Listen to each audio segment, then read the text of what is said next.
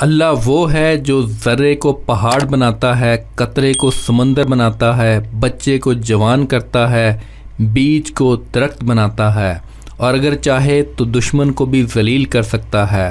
وہ جو متکبر اور نافرمانوں کو ذلیل و خوار کرتا ہے، سب اسی کی قدرت ہے، وہ جیسا چاہے ویسا ہی ہوتا ہے۔ جو شخص 180 مرتبہ اس اسم یا مذلو یا اللہ کو پڑھ کر سربجود ہو کر دعا کرے گا، اللہ تعالیٰ اس کو انشاءاللہ حاسدوں، ظالموں اور دشمنوں کے شر سے محفوظ رکھے گا۔